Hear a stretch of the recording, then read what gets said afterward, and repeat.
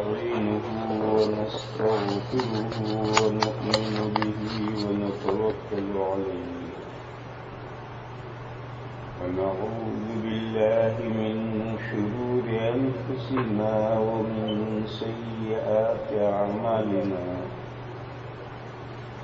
من يهده الله فلا مضل له ومن يضلله فلا هادي له وأشهد أن لا إله إلا الله وحده لا شريك له وأشهد أن سيدنا ومولانا وحبيبنا وشفيعنا محمدا عبده ورسوله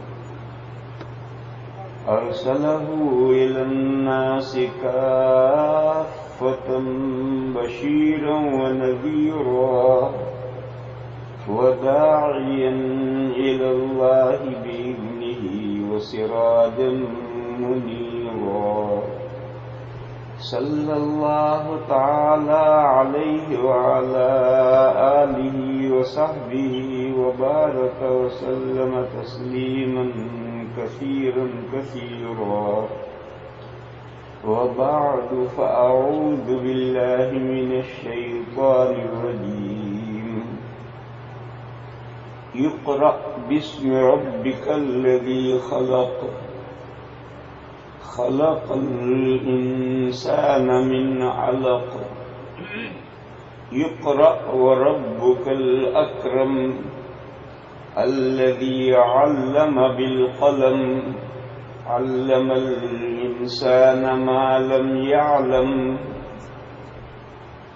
بسم الله الرحمن الرحيم إنا أعطيناك الكوثر فصل لربك وانحر إن شانئك هو الأبتر صدق الله مولانا العظيم. بزرگوں اور بھائیوں، قرآن کریم کی سب سے پہلی وحی جو اللہ جل شانہ عم نوالہ نے انسانوں کی طرف نازل فرمائی ہے، وہ 5 آیتیں نازل فرمائی. میں نے وہ 5 آیتیں تلاوت کی ہیں سورہ علق کی، اور قرآن کریم کی 3 چھوٹی سورتوں میں سے ایک سورت جو ہمارے بچے نے ابھی آپ حضرات کے سامنے تلاوت کی، تو اس نے وہ تلاوت اس چھوٹی سی سورت پر ختم کی. وہ چھوٹی سی سورت بھی میں نے آپ کے سامنے پڑھی ہے. ان آیات کے تعلق سے اور اس سورت پاک کے تعلق سے سمجھنا چاہیے کہ اللہ پاک نے انسانوں کی طرف سب سے پہلا پیغام کیا بھیجا ہے، اور اس پیغام پر عمل کر کے کامیابی حاصل کرنے کا کیا طریقہ ہے. آپ حضرات جانتے ہیں ہمارے آقا حضرت محمد مصطفیٰ صلی اللہ تعالی علیہ وسلم مکہ مکرمہ میں ایسی قوم کی طرف اولاً مبعوث فرمائے گئے جو امی کہلاتی تھی. وہ امی کہلاتی تھی اس ان پڑھ کے معنی میں. وہ قوم جو پڑھی لکھی نہیں، اگر آٹے میں نمک کے بقدر چند لوگ پڑھے لکھے ہوں تو اس سے پوری قوم پڑھی لکھی نہیں کہلاتی. اور آٹے میں نمک کے بقدر چند لوگ جاہل ہوں اور باقی سب پڑھے لکھے ہوں تو وہ قوم پڑھی لکھی کہلائے گی. چند لوگ اگر پڑھے لکھے نہیں ہیں تو ان کا کوئی اعتبار نہیں. میجورٹی اکثریت کا لحاظ ہے. اگر اکثریت پڑھی لکھی ہے اور چند لوگ پڑھے لکھے نہیں ہیں، جاہل رہ گئے ہیں، تو قوم پڑھی لکھی کہلائے.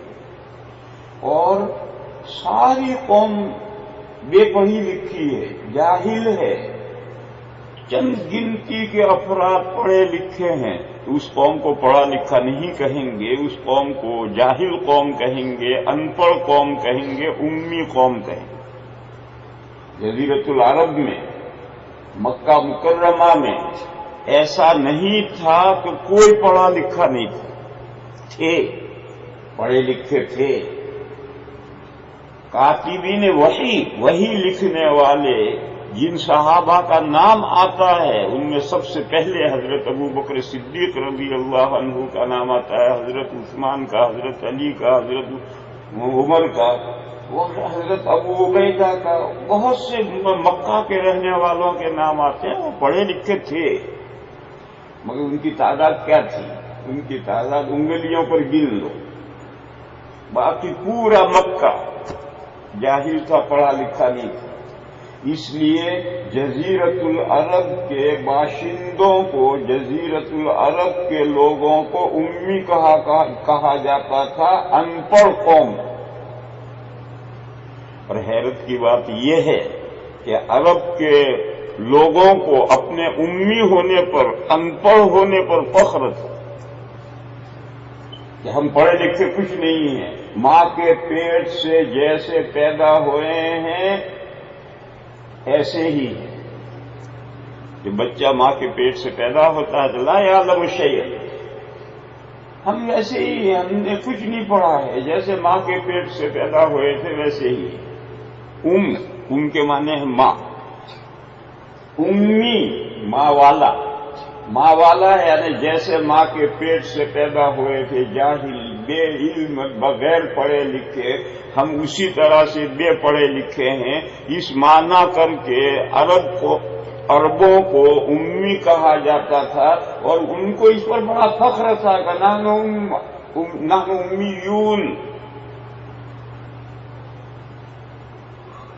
اس قوم میں اللہ تعالی نے اپنے حبیب حضرت محمد مصطفیٰ صلی اللہ تعالی علیہ وسلم کو مبعوث فرمایا. اور ایک روایت میں ہے جس کی حوالہ مجھے معلوم نہیں، لا ادری این ہوا، قال علمت علم الاولین والآخرین.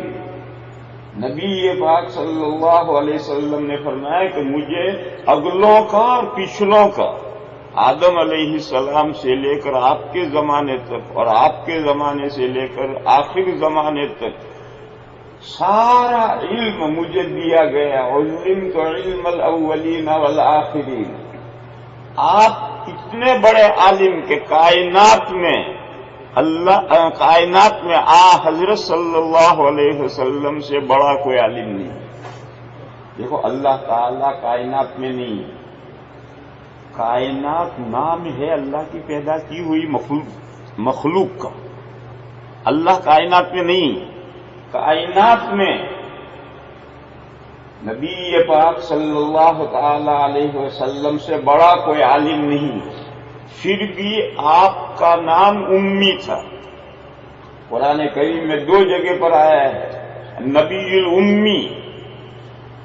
آپ صلی اللہ تعالی علیہ وسلم کو جو امی کہا جاتا تھا وہ ایک دوسرے معنی میں کہا جاتا ہے. وہ دوسرے معنی کیا ہے؟ مکہ مکرمہ کا ایک مشہور نام ام القریٰ تھا. مین بستی، پورے جزیرۃ العرب میں مین بنیادی مرکزی بستی ام القریٰ، کیونکہ وہاں کعبہ شریف تھا. سارا جزیرۃ العرب پلٹ کر لوٹ کر مکہ میں آتا تھا. کان مثابۃ للناس، سب لوگوں کے لوٹنے کی جگہ تھی. اس لیے مین پوائنٹ، اسمبلی پوائنٹ مکہ مکرمہ تھا. اس وجہ سے مکہ مکرمہ کا ایک نام ام القریٰ تھا۔ نبی پاک صلی اللہ تعالی علیہ وسلم ام القریٰ میں پیدا ہوئے اور قرآن کریم نازل ہوا اور فرمایا لتنذر ام القریٰ ومن حولہا، آپ اس قرآن کے ذریعے سے مکہ مکرمہ کے باشندوں کو جھنجھوڑیں اور مکہ مکرمہ کے ارد گرد سراؤنڈنگ جو بستیاں ہیں ان سب کو جھنجھوڑیں۔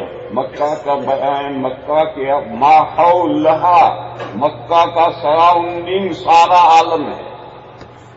حدیثوں میں ہے کہ مکہ ناف ہے زمین کی، وہیں سے ساری زمین پھیلائی گئی ہے، بس مکہ مکرمہ ساری زمین کا اسمبلی پوائنٹ ہے، اور آج اس کا مظاہرہ دنیا میں ہے۔ ساری زمین سے مسلمان دوڑ دوڑ کر سمٹ کر مکہ مکرمہ میں ہر سال اکٹھا ہوتے۔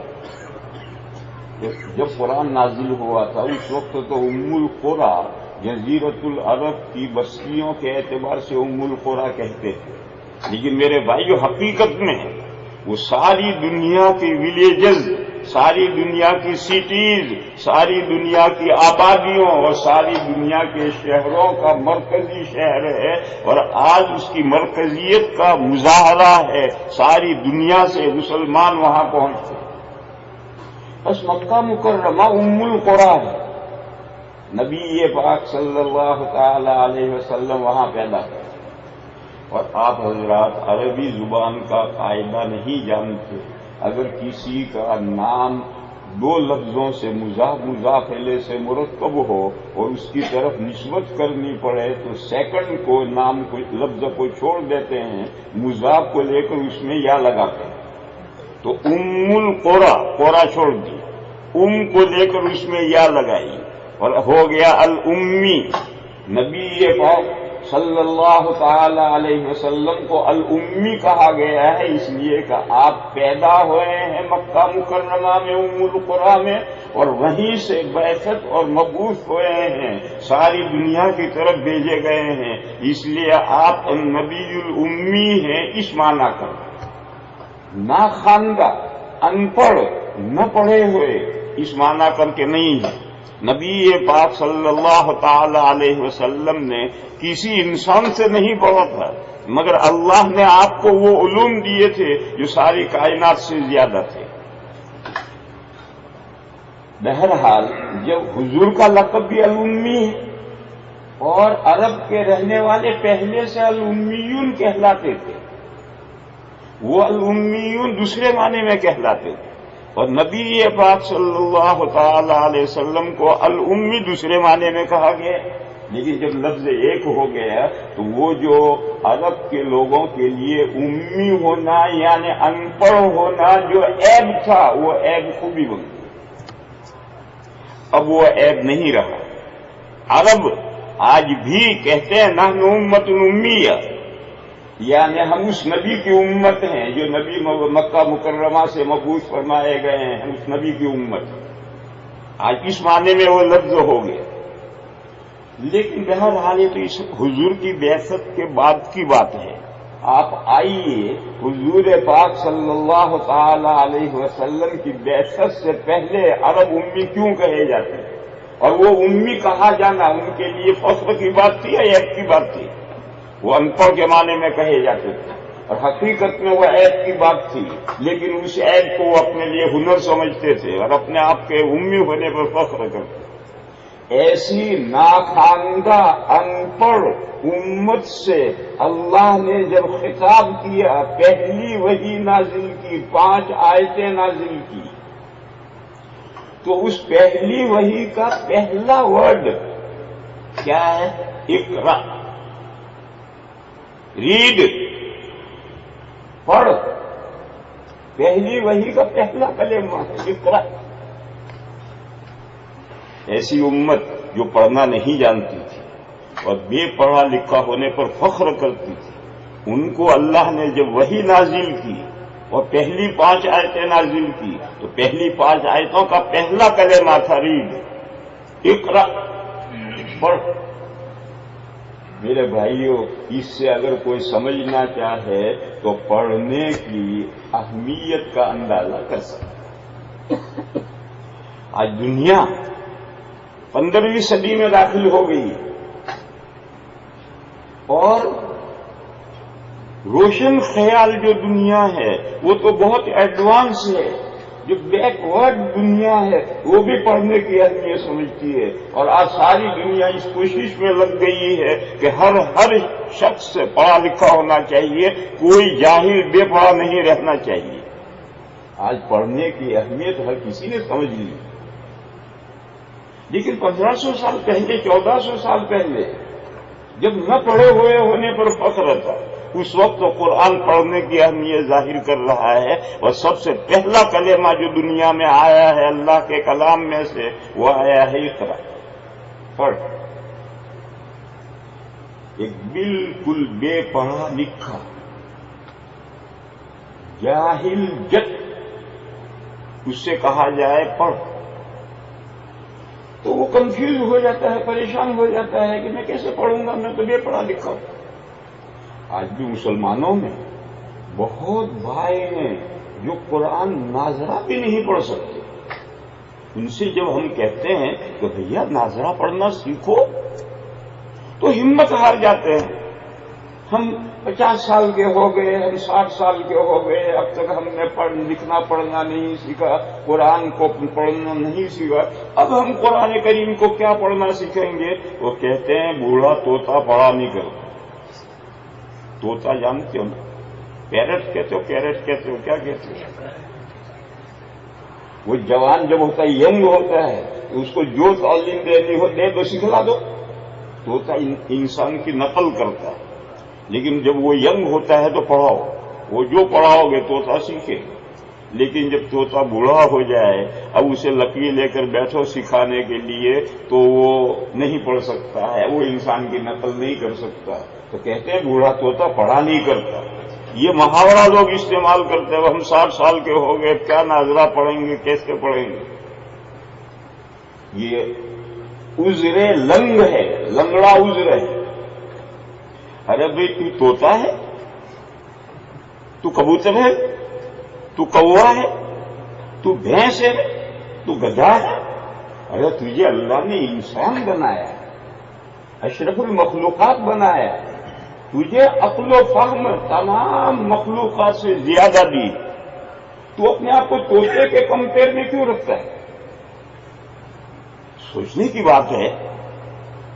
کبوتر، کوا، بھینس، گدھا، کتا اپنے آپ کو طوطے کے کمپیئر میں کرے تو کرے کہ ان سب کو اللہ تعالیٰ نے یکساں عقل دی، ان کی ضرورت کے بقدر عقل دی، لیکن اللہ تعالیٰ نے انسان کو ایکسٹرا آرڈینری عقل دی، تمام مخلوقات سے بڑھی ہوئی عقل دی، پھر انسان اپنے آپ کو طوطے کے کمپیئر میں کیوں لائے؟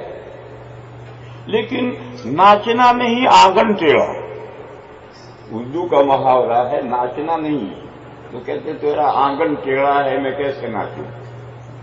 پڑھنا نہیں ہے، قرآن کا ناظرہ سیکھنا نہیں ہے، اس لیے 1000 بہانے ہیں، تو ہی نہ چاہے تو 1000 بہانے ہیں، ورنہ انسان زندگی کے ہر مرحلے میں پڑھ سکتا ہے، قرآن کریم کا ناظرہ پڑھ سکتا ہے۔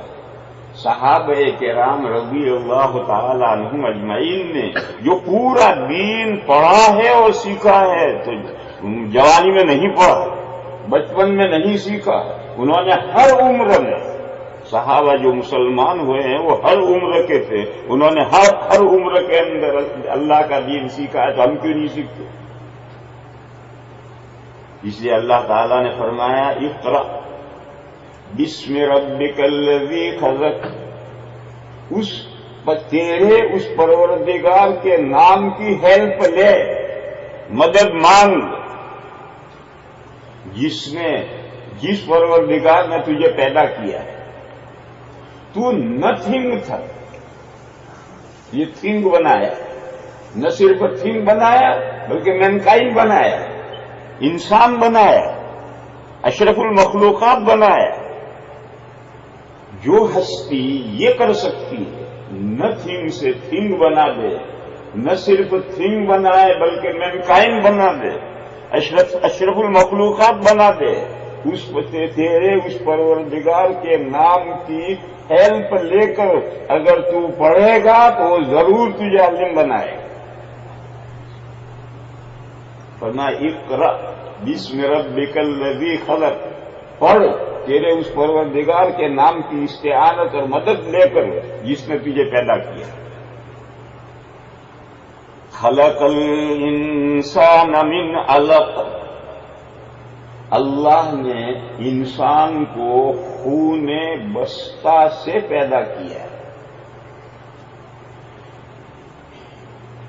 18ویں پارے کے پہلے رکوع میں آیات پاک ہیں، وَلَقَدْ خَلَقْنَا الْإِنسَانَ مِنْ سُلَالَةٍ مِّن طِينٍ۔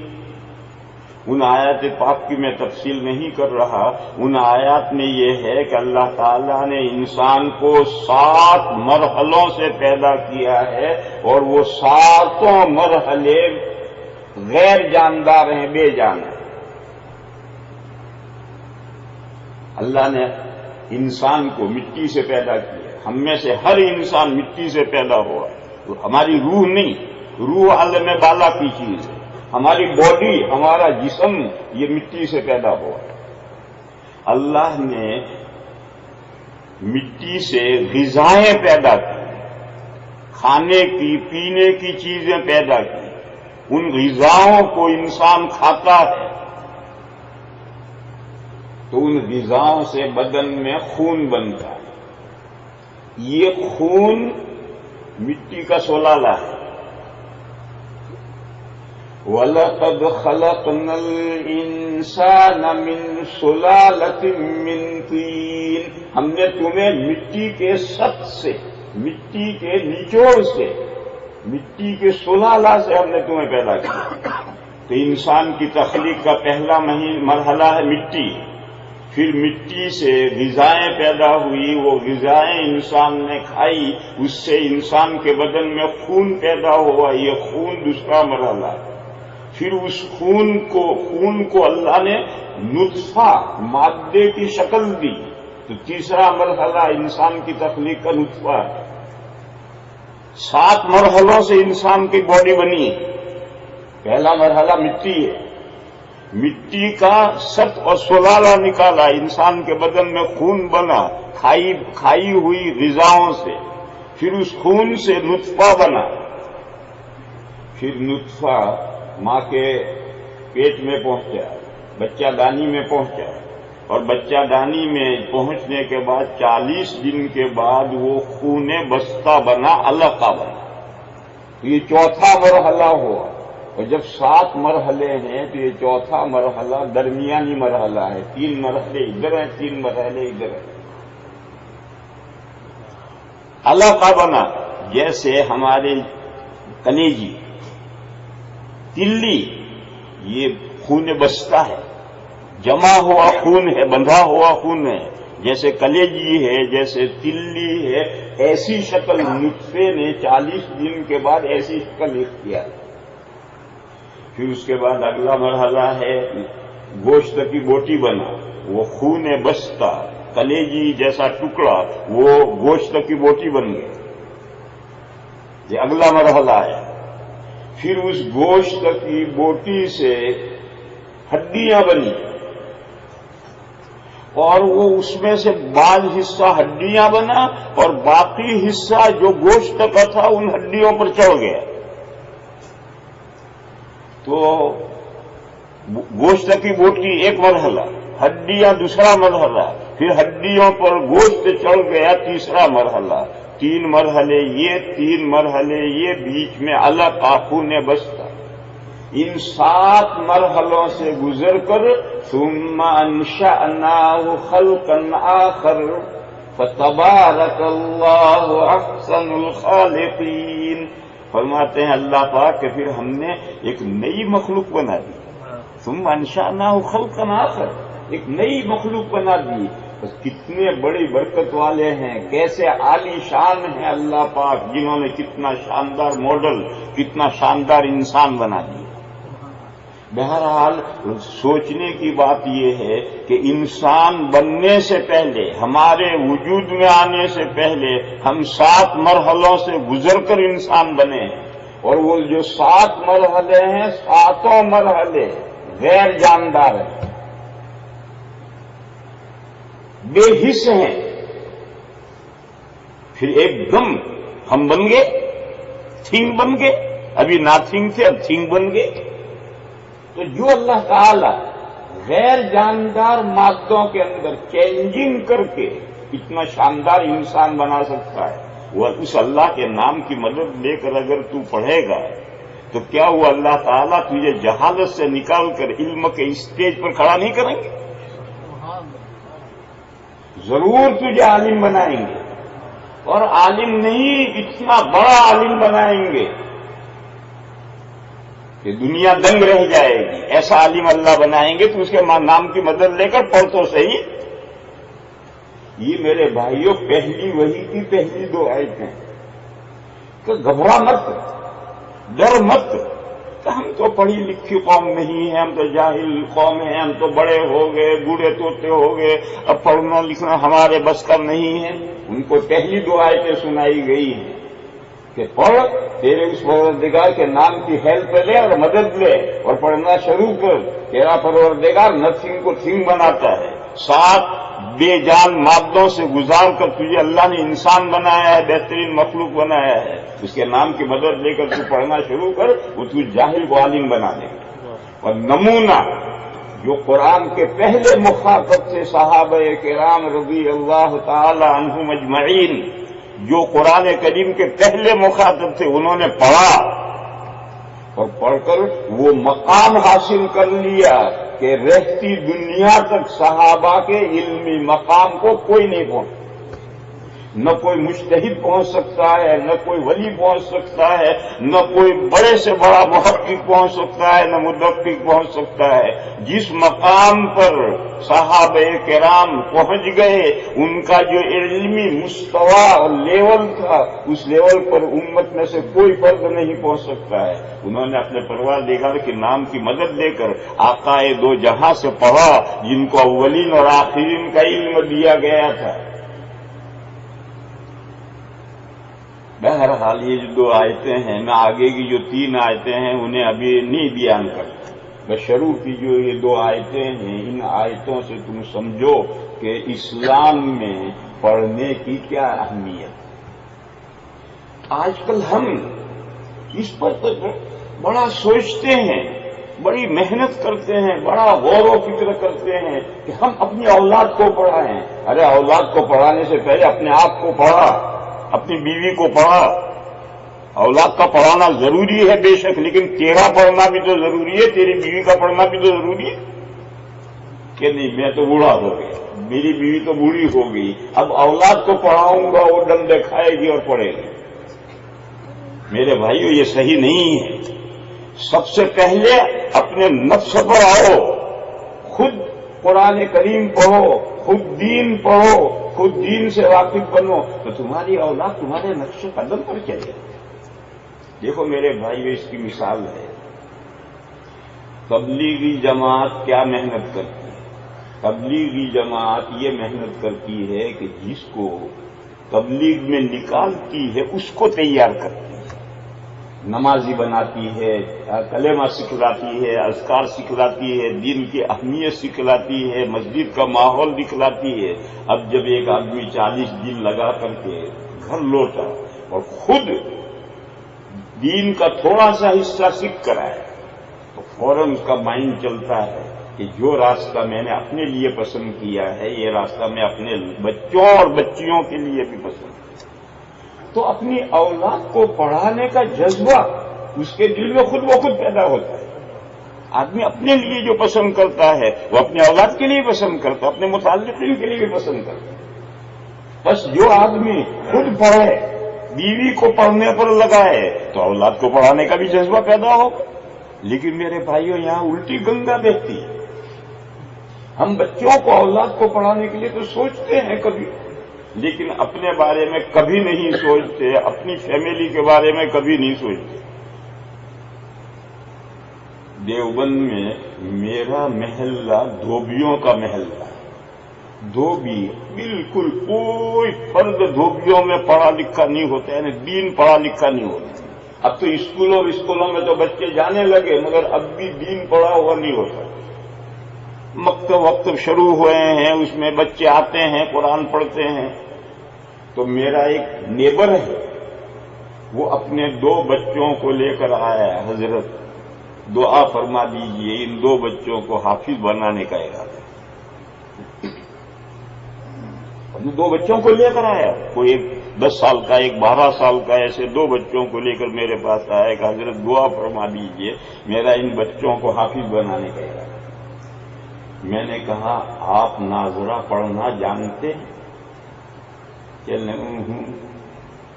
میں نے کہا آپ کی بیوی ناظرہ پڑھنا جانتی ہے؟ کہنے ہوں۔ میں نے کہا اللہ کے بندے، جب تو ناظرہ نہیں پڑھ سکتا، تیری بیوی ناظرہ پڑھنا نہیں جانتی، تیرے لڑکے حافظ کیسے بن جائیں گے؟ میں نے کہا آپ نماز پڑھتے ہیں؟ کہنے ہوں۔ میں نے کہا آپ کی اہلیہ نماز پڑھتی ہے؟ کہنے لگے نہیں۔ میں نے کہا اللہ کے بندے، جب تم ماں باپ نماز گھر میں نہیں پڑھتے تو تمہارے گھر میں لڑکے اور لڑکیاں نماز پڑھنے والے کیسے بن جائیں گے؟ بچوں کے لیے دعا تو بعد میں کرواؤ، پہلے تم ماں باپ اپنے لیے دعا کرواؤ کہ اللہ تعالیٰ ہمیں نمازی بنائے، اللہ تعالیٰ ہمیں قرآن پڑھنے والا بنائے۔ تم دونوں نماز پر قرآن پر لگو تو پھر تمہارے لڑکوں کے حافظ بننے کا نمبر آئے گا، اس سے پہلے حافظ بننے کا نمبر نہیں آتا۔ آج آپ کے ملکوں کی تو میرے پاس مثال نہیں ہے، اس لیے میں نے دیوبند کی مثال دی۔ آپ کے ملکوں کی مثال آپ لوگ ذہن دوڑائیں، بچوں کو حفظ کلاس میں بٹھاتے ہیں، ناکام ہو جاتے ہیں۔ بچہ اگر کسی وجہ سے کامیاب بھی ہو گیا تو حافظ بننے کے بعد بھی داڑھی نہیں رکھتا، یا برائے نام داڑھی رکھتا ہے، نماز نہیں پڑھتا۔ لوگ کہتے ہیں بچہ ہمارا ناکام ہوا، حافظ نہیں بن سکا ہے، فلاں مدرسے میں اچھا نظام نہیں ہے، ہمارا بچہ وہاں سے اٹھ گیا اور حافظ نہیں بنا۔ مدرسے کا نظام ناقص نہیں، تیرے گھر کا نظام ناقص۔ تیرے بچے نے حافظ بننے کے بعد داڑھی کٹوا دی اور نماز چھوڑ دی، وہ تیرے گھر کا اثر ہے۔ مدرسے میں جب تک تھا وہاں تو داڑھی بھی تھی، نماز بھی پڑھتا تھا، لیکن جب وہاں سے حافظ بن کر تیرے گھر میں آئے تو تیرے گھر کا ہی اثر ہے۔ برطانیہ کا ایک واقعہ سناؤں میں آپ کو۔ مرکز ہے برطانیہ میں، ڈیوزبری میں، اس کے امیر ہیں حافظ پٹیل صاحب، میرے دوستوں میں سے ہیں۔ وہ بہت بوڑھے ہیں، میں ان کے اعتبار سے کم عمر ہوں، مگر میرے ان کے دوستانہ تعلق۔ ان کے ڈیوزبری میں ایک مدرسہ بھی ہے، دارالعلوم ہے، دوڑے تک پڑھایا جاتا ہے۔ اس مدرسے میں جب کسی بچے کو داخل کرنے کے لیے کوئی باپ آتا ہے بچے کو لے کر، تو ان کے یہاں طرز یہ ہے کہ بسترا لے کر آؤ، بچے کو داخل کرو اور جماعت میں نکلو 4 مہینے کے لیے، تو بچے کو داخل کریں گے ورنہ نہیں کریں گے۔ پھر ہر سال 1 چلہ دینا ضروری ہے، تو بچے کو تمہارے پڑھائیں گے ورنہ نہیں پڑھائیں گے، یہ ان کا لازمی شرط ہے۔ وہاں لوگوں نے مجھ سے شکایت کی، میں برطانیہ میں 35 سال پہلے سے جاتا تھا، رمضان وہاں گزارتا تھا، آپ کے یہاں تو ابھی بعد میں آ رہا ہوں۔ تو لوگوں نے مجھ سے شکایت کی اس اعتبار سے کہ وہ حافظ صاحب سے تو کچھ کہہ نہیں سکتے تھے، مجھ سے کہیں تاکہ میں حافظ صاحب کو بات پہنچاؤں۔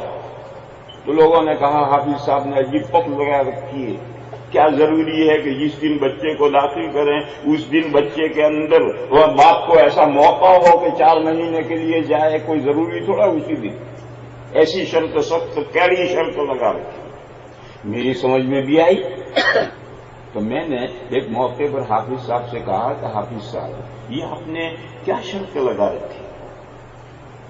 تو انہوں نے مجھے سمجھایا اور میری سمجھ میں آ گیا۔ انہوں نے کہا مولانا بات یہ ہے کہ بچے کو لا کر مدرسے میں داخل کرتے ہیں، اس ملک میں ہم بچے کو مار نہیں سکتے، بچے کو ڈانٹ نہیں سکتے، کوئی سختی نہیں کر سکتے، ہم سمجھا بجھا کر ترغیب دے کر کے آہستہ آہستہ اسے نماز پر لگاتے ہیں۔ ہر مہینے ہمارے یہاں 3 دن چھٹی ہوتی ہے۔ اب بچہ گھر گیا 3 دن کے لیے، اس کے گھر میں نہ باپ نماز پڑھتا ہے، نہ ماں پڑھتی ہے، نہ بھائی پڑھتے ہیں، نہ بہن پڑھتے ہیں، تو اب یہ بچہ گھر 3 دن جا کر کیوں نماز پڑھے؟ وہ 3 دن کے بعد واپس آتا ہے تو انگڑ ہو کر آ جاتا ہے۔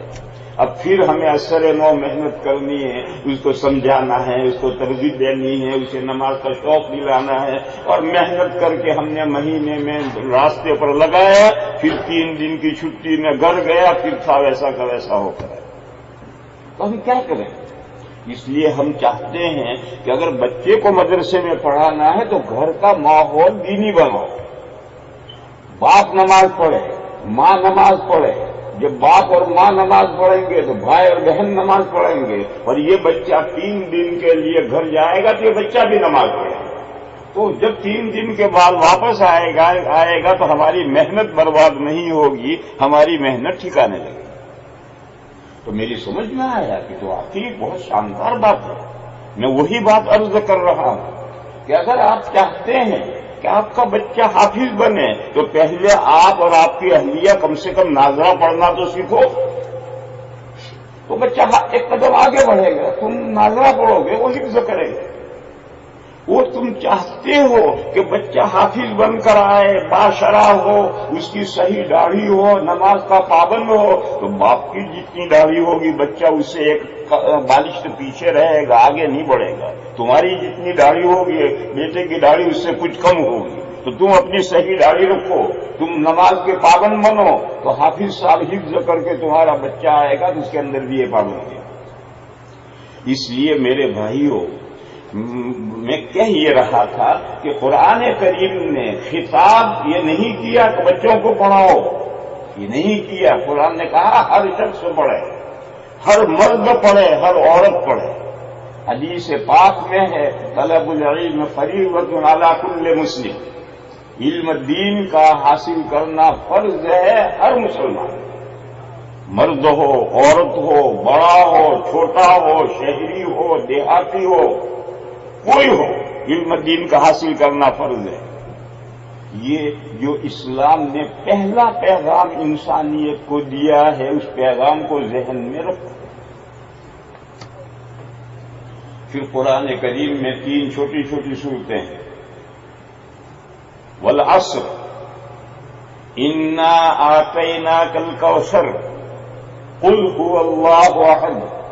سورۃ العصر، الکوثر اور الاخلاص، الصمد، یہ 3 چھوٹی چھوٹی صورتیں ہیں۔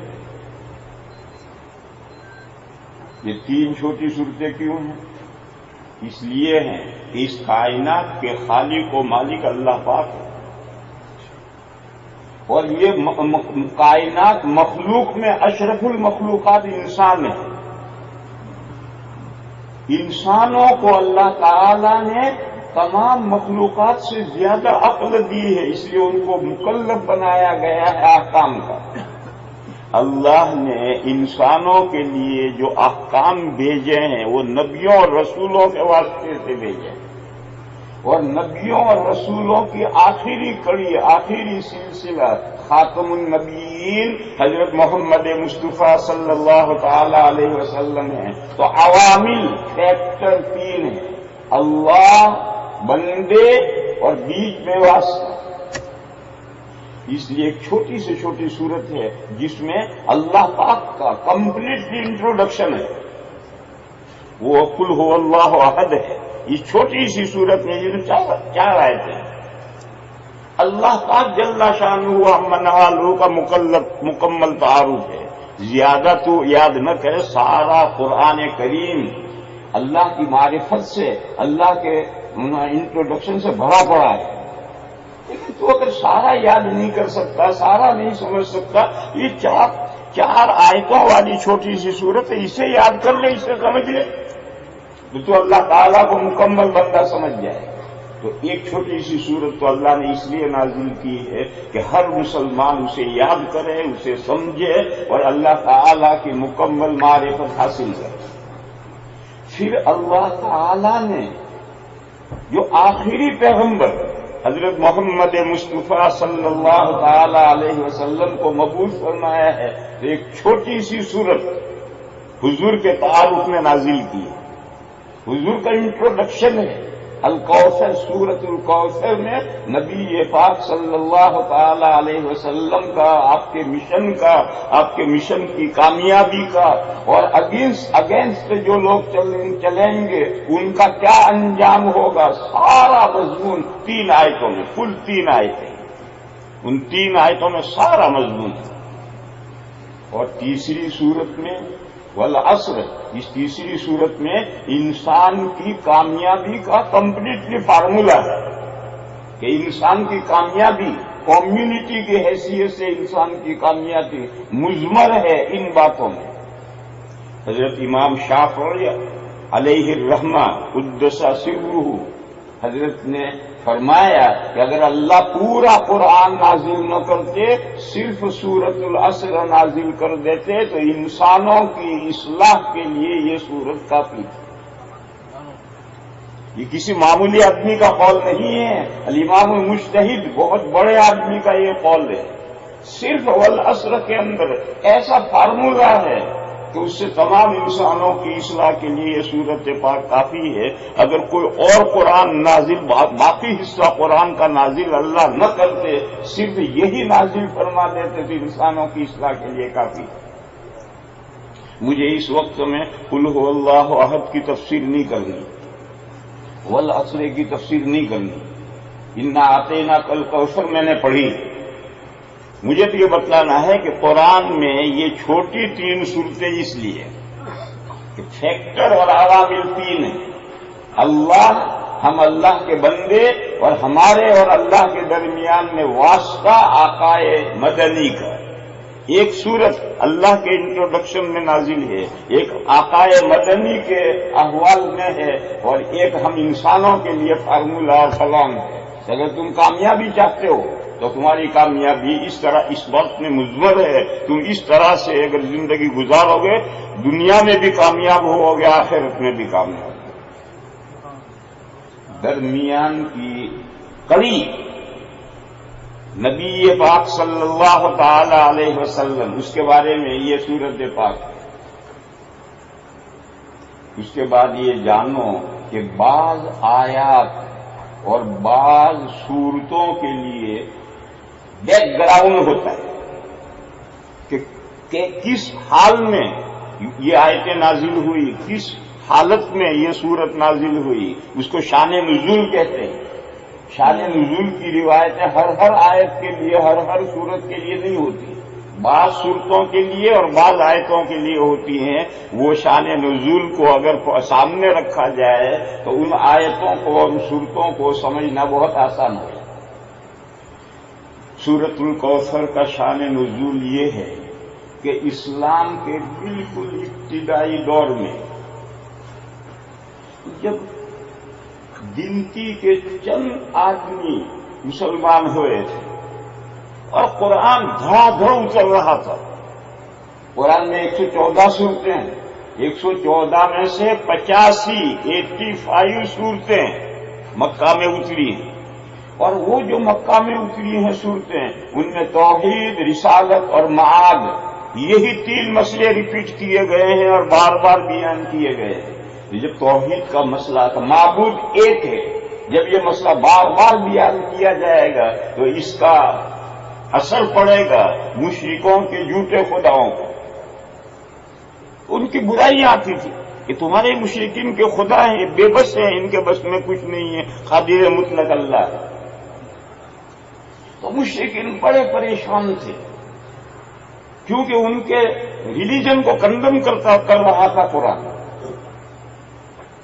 تو ابو جہل ایک بہت بڑا گدھا تھا مکہ مکرمہ میں، اس نے لوگوں سے کہا چند دن صبر کرو، محمد کا صلی اللہ تعالی علیہ وسلم کوئی لڑکا تو زندہ رہتا ہی نہیں، جو لڑکا پیدا ہوتا ہے 1-2 سال کا ہو کر مر جاتا ہے۔ آپ کے 3 یا 4 لڑکے تھے، ایک کا نام قاسم تھا، دوسرے کا نام عبداللہ تھا، تیسرے کا نام ابراہیم تھا، اور ایک اور لڑکا تھا جس کا نام طیب یا طاہر تھا۔ ہر بچہ، ہر لڑکا، لڑکیاں تو حضور کی بڑی بڑی ہوتی، 4 بیٹیاں تھیں اور چاروں کی شادیاں ہوئی، شادیوں کے بعد ان کا انتقال ہوا، لیکن لڑکے 1 سال اور 2 سال کے درمیان میں ہر لڑکے کی وفات ہو جاتی۔ تو اس ابو جہل نے یہ کہا کہ محمد کا کوئی لڑکا تو زندہ رہتا نہیں، یہ تو دم کو کٹا ہوا ہے، دم بریدہ ہے، یہ چند دن اپنی زندگی بھر اپنی ڈگڈگی بجائے گا، جب مر جائے گا تو اس کا کوئی نام لینے والا پیچھے نہیں ہوگا، کوئی لڑکا تو زندہ رہتا ہی نہیں۔ یہ کہا کہ یہ ابتر ہے، ابتر کہتے ہیں کسی چیز کی دم کاٹ دی جائے، پیچھے کا حصہ ختم کر دیا جائے، تو یہ اس نے کہا تھا زیادہ پریشان مت ہو، چند دن کی مصیبت ہے، چند دن برداشت کرو۔ یہ محمد اپنی ڈگڈگی بجا رہا ہے، ہمارے مذہب کو کنڈم کر رہا ہے، مگر اس کا پیچھے کوئی اولاد تو زندہ رہتی نہیں، کوئی لڑکا تو بڑا ہوتا نہیں، دم کٹا ہوا ہے، ابتر ہے، یہ چند دن جب مر جائے گا تو پیچھے اس کا سب مشن ختم، چند دن صبر کر لو، برداشت کر لو۔ دیکھو کسی آدمی کا لڑکا زندہ نہ رہے اور اس سے ایسی بات کہی جائے تو بہت زیادہ طبیعت پر اس کا اثر پڑتا ہے۔ نبی پاک صلی اللہ تعالی علیہ وسلم پر اس کا اثر پڑا تو اللہ نے فوراً یہ سورت نازل کی اور حضور کو تسلی دے دی۔ کیا فرمایا ہے؟ اِنَّا أَعْطَيْنَاكَ الْكَوْثَرَ، بے شک عطا فرمائی ہم نے آپ کو خیر کثیر، بے حد بھلائی عطا فرمائی۔ بیٹے کیا کرتے ہیں؟ باپ کا نام روشن کرتے ہیں۔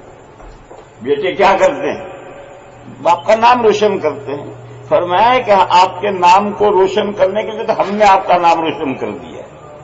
اِنَّا أَعْطَيْنَاكَ الْكَوْثَرَ، بے شک عطا فرمائی ہم نے آپ کو خیر کثیر۔ دیکھو میدان محشر میں حوض کوثر ہوگا، وہ بھی اس کا مصداق ہے۔ قیامت کے میدان میں ہر نبی کے لیے ایک حوض ہوگا، اور جس نبی کی جتنی بڑی امت ہوگی اتنا بڑا حوض ہوگا۔ ہمارے آقا کا حوض سب سے بڑا ہوگا، کیونکہ ہمارے آقا کی امت سب سے بڑی ہے۔ اس حوض پر کٹورے جو رکھے ہوئے ہوں گے پانی پینے کے لیے، وہ آسمان کے تاروں سے بقدر ہوں گے۔ کیوں؟ حضور کی امت آسمان کے تاروں سے زیادہ ہے۔ یہ جو ہر نبی کا حوض ہے، اصل حوض نہر جنت میں، اس جنت سے پائپ لائنیں آئیں گی اور ہر نبی کے حوض میں گریں گے۔ اصل نہر جنت میں ہے، اس جنت میں سے پائپ لائنیں آئیں گی اور ہر نبی کے حوض میں آ کر گریں گی اور اس سے یہ حوض بھریں گے، اور ہر نبی اپنے حوض پر بیٹھ کر اپنے امت کے مومنین کو پانی پلائیں گے۔ تو وہ جو حوض کوثر ہے جو نہر سے میدان قیامت میں آئے گی، وہ حوض کوثر بھی الکوثر کا مصداق ہے، لیکن الکوثر کے لفظی معنی ہے خیر کثیر، بے حد بھلائی۔ تو فرمایا کہ اولاد اگر بیٹے ہوں گے تو بیٹے کیا کریں گے؟ باپ کا نام روشن کریں گے۔ آپ کا نام تو ہم نے روشن کیا، خیر کثیر تو ہم نے آپ کو دی، اعلان کر دیا۔ یہ اعلان اس وقت کیا جا رہا ہے جب مکے میں گنتی کے چند آدمی مسلمان ہوئے تھے، اس وقت یہ اعلان کیا جا رہا ہے کہ اِنَّا أَعْطَيْنَاكَ الْكَوْثَرَ، ہم نے آپ کو خیر کثیر دی۔ بات کے حالات میں آج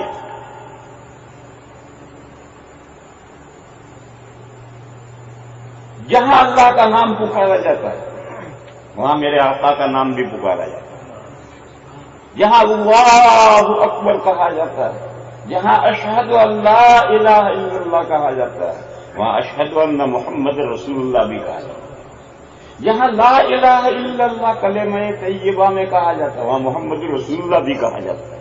اللہ نے اپنے حبیب کے نام کو اپنے نام کے ساتھ جوڑ لیا۔ جتنا نام شہرا اللہ کا بلند ہوگا اتنا ہی میرے آقا کا شہرا بلند ہے۔ بتاؤ اس سے زیادہ خیر کثیر، بے حد بھلائی اور کیا ہو سکتا ہے؟ شاعر کہتا ہے ایک نام مصطفیٰ ہے، ایک نام مصطفیٰ ہے جو بڑھ کر گھٹا نہیں۔ حضرت محمد مصطفیٰ صلی اللہ علیہ وسلم کا ہی ایک نام ہے کہ جو اونچا ہوا تو ہوتا ہی چلا جا رہا ہے، ڈاؤن نہیں ہوا۔ ایک نام مصطفیٰ ہے جو بڑھ کر گھٹا نہیں، ورنہ پنہا ہر عروج میں زوال ہے۔ جو بھی چیز چڑھتی ہے وہ پڑتی ہے، جو بھی چیز چڑھتی ہے وہ پڑتی ہے، جوان رانا فنامن بڈھا ہو کر ڈاؤن، درخت عالی شان بوڑھا ہو کر ڈاؤن۔ یہ آسمان اور زمین اتنے مضبوط، ایک دن یہ بھی ختم ہو جائے، لیکن میرے آقا کا نام ایک ایسا ہے جو بڑھ کر گھٹا نہیں۔ باقی ہر چیز میں، ہر عروج میں جو پنہا زوال ہے، اس میں زوال پوشیدہ، عروج کے ساتھ ساتھ زوال لگاؤ۔ اس سے بڑی خیر کثیر کیا ہو سکتی؟ تو فرمایا، حضور کو تسلی دی، اس ملعون کی بات سے جو تکلیف پہنچی تھی اس کو مداوا کیا، علاج کیا، اور فرمایا انا اعطیناک الکوثر۔ مگر میرے بھائیوں یہ کہا کہ خیر کثیر ہم آپ کو دیں گے، مگر اس کے لیے محنت کرنی پڑے گی، مفت میں نہیں ملتی اس دنیا میں کوئی۔ کہتے ہیں مانگے بغیر ماں بھی نہیں دیتی، لہذا خیر کثیر تو اللہ نے مقدر فرما دی ہے میرے آقا کے لیے، مگر اس خیر کثیر کے لیے کچھ محنت بھی کرنی پڑے گی۔ وہ کیا محنت ہے؟ فَصَلِّ لِرَبِّكَ وَانْحَرْ، اور تیرے پروردگار کے لیے نماز پڑھ اور قربانی دے۔ یہ وہ محنت ہے جس محنت سے آقا کا نام روشن ہو۔ تیرے پروردگار کے لیے نماز پڑھ، یعنی دین پر خود مضبوطی سے عمل کر۔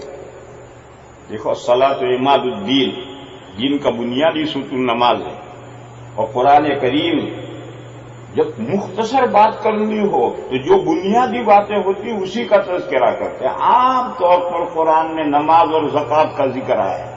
نماز یعنی عبادت بدنیہ، زکوٰۃ یعنی عبادت مالیہ، سب مراد ہوتی ہے۔ پھر اور مختصر کرنا ہو تو صرف نماز کا ذکر ہے۔ دیکھو بہشتی زیور میں عقیدے 50 ہیں، وہ عقیدے حدیث جبرائیل میں آ کر 6-7 ہو گئے، پھر وہ 6-7 عقیدے سمٹ کر کلمہ طیبہ میں 2 عقیدے رہ گئے، لا الہ الا اللہ محمد الرسول اللہ۔